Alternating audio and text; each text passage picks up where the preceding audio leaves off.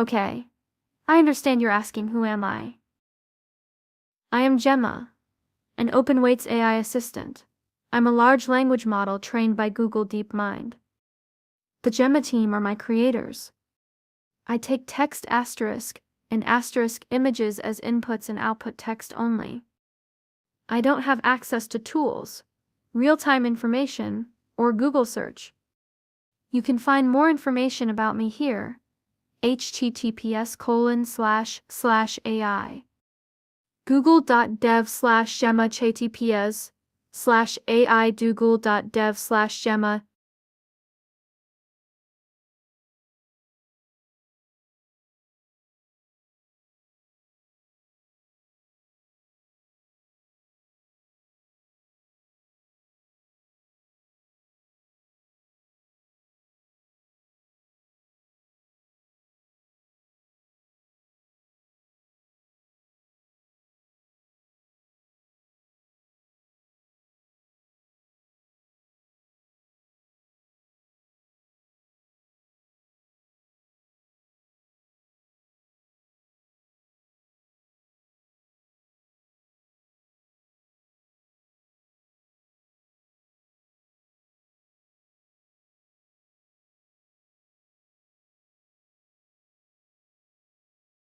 That's an asterisk. Very asterisk. Popular question, and honestly, there's no single best LLM. It depends entirely on asterisk. Asterisk what you need it for. Asterisk. Different models excel at different things. Here's a breakdown, keeping in mind this is a field. Here's a quick rundown of some leading contenders as of late 2024, categorized by strength. Asterisk. Asterisk. For general purpose and powerful reasoning. Asterisk. Asterisk. Asterisk GPT-4, OpenAI, often considered the most asterisk-capable asterisk overall. Excellent at complex reasoning, creative writing, coding, and following instructions. It's a closed-source model requiring a subscription, ChatGPT Plus, or API access. Asterisk costly. Asterisk. Asterisk. Asterisk. Asterisk. Gemini 1.5 Pro, a strong competitor to GPT-4, particularly notable for its massive context window, can process huge amounts of text at once. Available through Google AI Studio and Vertex AI. Performance is very close to GPT-4 in many areas. Asterisk costly. Asterisk. Asterisk. Asterisk. Strong open source options, good balance of performance and accessibility. Asterisk asterisk. Asterisk. Mistral Large Mistral AI, excellent all around, and often rivals or even surpasses GPT-3. 5 on many benchmarks. Available via API or platforms like Lambda. Generally more affordable than OpenAI's Google options. The asterisk. Asterisk. Asterisk. Mixtral 8x7 Bistral AI, a sparse mixture of experts model that's surprisingly powerful for its size and performs very well. Can be run locally with enough hardware. Asterisk free to use the weights. Asterisk. Asterisk. Asterisk. Gemma Google DeepMind. That's me. I am an OpenWeights model, meaning my underlying code is publicly available. I'm good at general language tasks. Asterisk. Free to use the weights asterisk. Asterisk. Asterisk. Asterisk for specific tasks. Asterisk. Asterisk. Asterisk. Claude 3 Opus/Sonnet/Haiku. Anthropic, known for strong safety and helpfulness, excellent writing style, and less prone to hallucinations than some other models. Different tiers offer different capabilities at varying costs. Asterisk. Asterisk asterisk. Llama 3, Meta. A powerful open-source model that's improving rapidly. Great for research and customization, Asterisk free to use the weights. Asterisk. Asterisk. Asterisk. A Code Llama Meta, specifically designed for coding tasks, excels at generating and understanding code in various programming languages. Asterisk free to use the weights. Here's a little table summarizing it. Vertical bar model, vertical bar strengths, vertical bar cost, vertical bar open source. Vertical bar best for vertical bar. Vertical bar mini rouse sabadipapata park. Vertical bar GPT-4, vertical bar reasoning, creativity, complexity, vertical bar high, vertical bar no, vertical bar complex tasks, professional use, vertical bar. Vertical bar Gemini 1.5 Pro, vertical bar long context window, performance, vertical bar high, vertical bar no, vertical bar processing large documents, vertical bar. Vertical bar Mistral large, vertical bar general purpose, performance, cost, vertical bar medium, vertical bar yes, APA. Vertical bar versatile applications, vertical bar. Vertical bar Mixtral 8x7b, vertical bar strong performance for its size, vertical bar free weights. Yes. Vertical bar experimentation, local use, vertical bar. Vertical bar Gemma, vertical bar accessible, open weights, vertical bar free weights. Yes. Vertical bar learning and experimentation, vertical bar. Vertical bar Claude 3, vertical bar safety, writing, helpfulness, vertical bar medium, high, vertical bar no, vertical bar customer service, creative writing, vertical bar. Then the Malma 3's rich customization na 3 weights yes, SID development fine-tuning SID. Vertical bar Code Llama, vertical bar Code Llama, vertical bar free weights. Yes. Vertical bar software development, vertical bar. Asterisk. Asterisk. Help me recommend the asterisk best asterisk. 1 for asterisk, you asterisk. Tell me. Asterisk. Asterisk. Asterisk. What do you want to use it for? For example, writing stories, summarizing documents, coding questions, generating images. Asterisk. So what's your budget? Are you willing to pay for API access? Or are you looking for free open source models?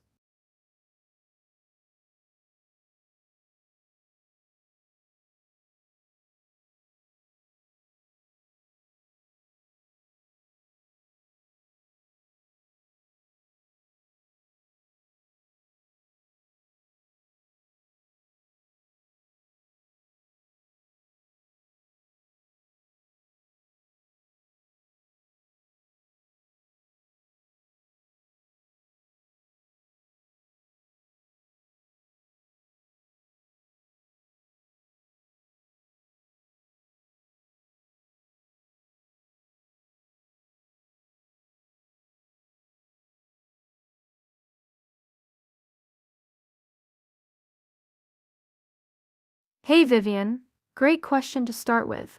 I'm your host for today. Think of me as the friendly face guiding you through whatever chaos get up to. Basically, I talk asterisk at asterisk a camera and help people enjoy it. What are asterisk, you asterisk? Hoping to see today? Let me know.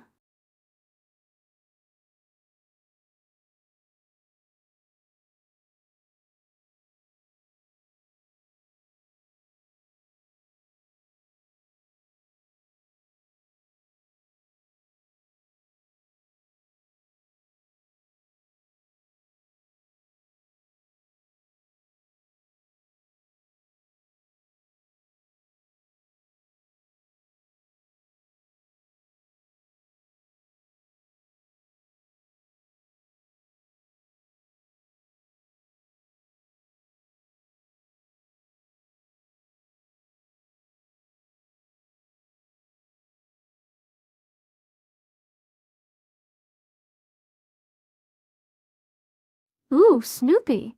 Excellent choice, Vivian. You want the asterisk story asterisk about Snoopy? Or just Snoopy in general? He's a complex character, you know? Philosophical Beagle, Red Baron Ace Pilot.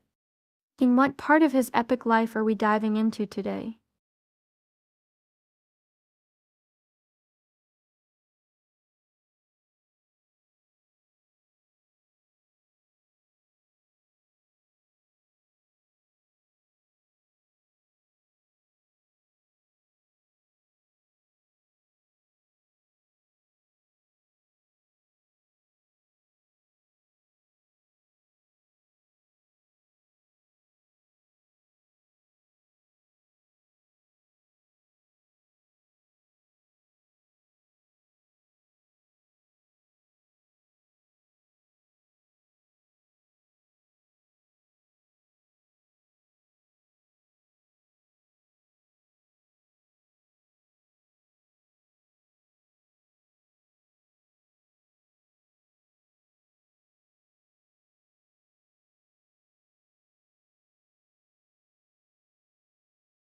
Next up, we dive into the world of international trade and tariffs. In our episode titled Tariff Tensions, Is the US Playing Favorites? I'm your host, and today we're going to explore the implications of the US prioritizing its allies, such as Japan and South Korea, in tariff talks. We'll examine whether this approach is fair, and if it undermines the principles of free trade. Joining me is a trade expert who's been following these developments closely. I'm not sure I understand why the US would prioritize certain countries over others. Doesn't that go against the idea of free trade? I mean, shouldn't all countries be treated equally? That's a great question. The US has long-standing security alliances with Japan and South Korea, and they're key partners in its efforts to counterbalance China's growing influence in Asia. By prioritizing these allies, the US may be trying to strengthen its relationships with them and secure their cooperation on other issues. Right? So it's like a quid pro quo situation? The US is saying, hey, we'll give you better trade terms if you're our friends and help us out in other areas. But what about other countries that aren't as closely aligned with the US? Don't they deserve fair treatment too? Exactly. It's a complex issue. On one hand, the US wants to reward its loyal allies and encourage them to continue working together on security and economic issues. On the other hand, this approach can be seen as unfair to other countries that may not have the same level of strategic importance to the US. I see what you mean. It's like a schoolyard scenario where the popular kids get special treatment and the others are left out. But doesn't this approach also undermine the principles of free trade? I mean, shouldn't trade agreements be based on fair competition and mutual benefit rather than political relationships? That's a great analogy. Yes, the US's decision to prioritize its allies could be seen as undermining the principles of free trade. The World Trade Organization, for example, is based on the idea of non-discrimination and equal treatment among member countries. By favoring certain countries over others, the US may be violating these principles. That's a good point. So what about the potential consequences of this approach? Could it lead to retaliation from other countries that feel they're being treated unfairly?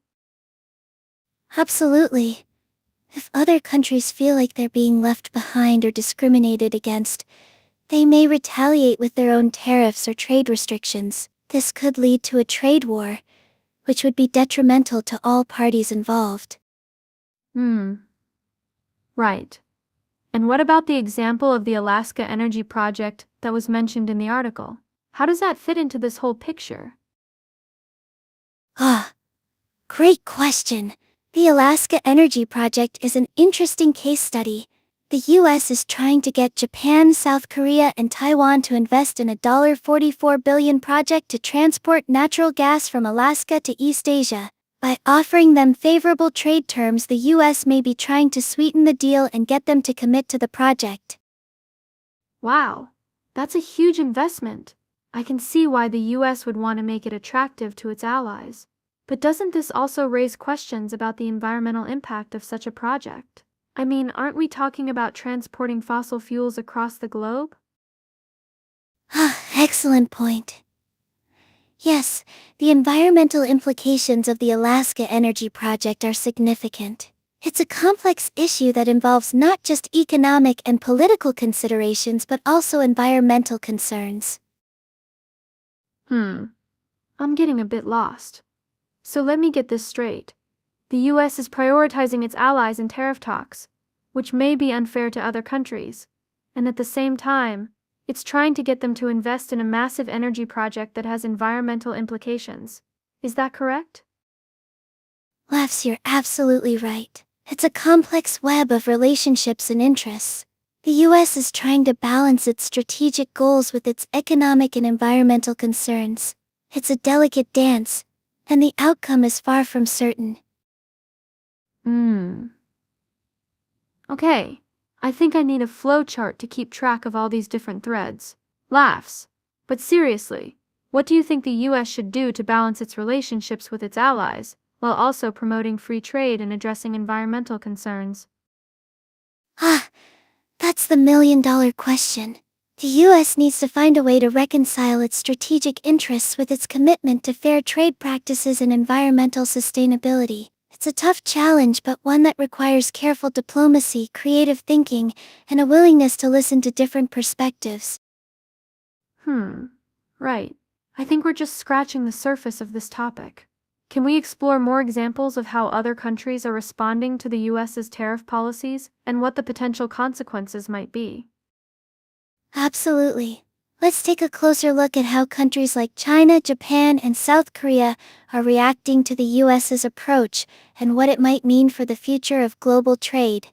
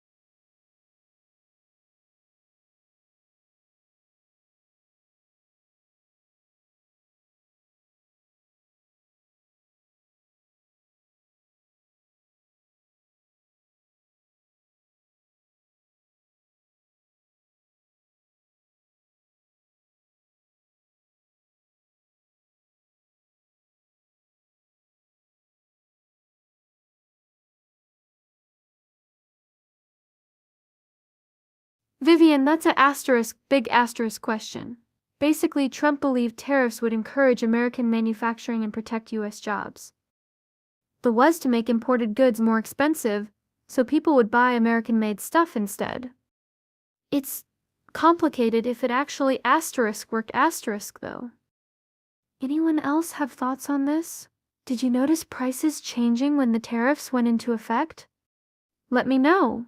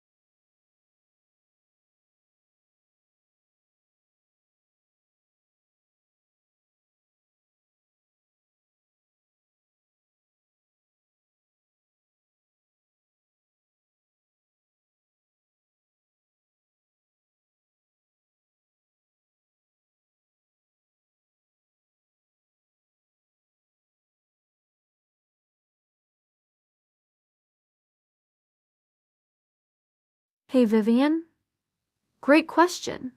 Will world trade change? Honey, is water wet? Seriously though, it always is. Things are shifting with everything happening globally. New alliances, tech changes. Suddenly, it's a wild ride.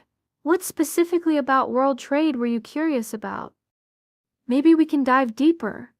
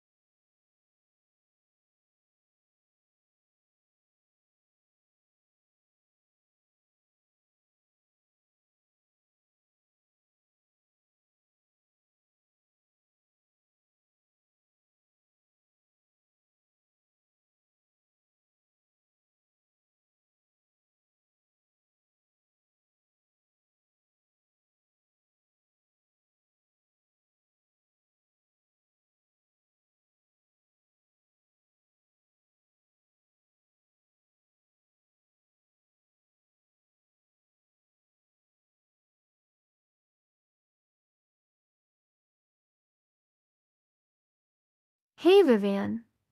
Neza, huh? You mean the mischievous Chinese? Yeah, I know him. Seriously cool mythology.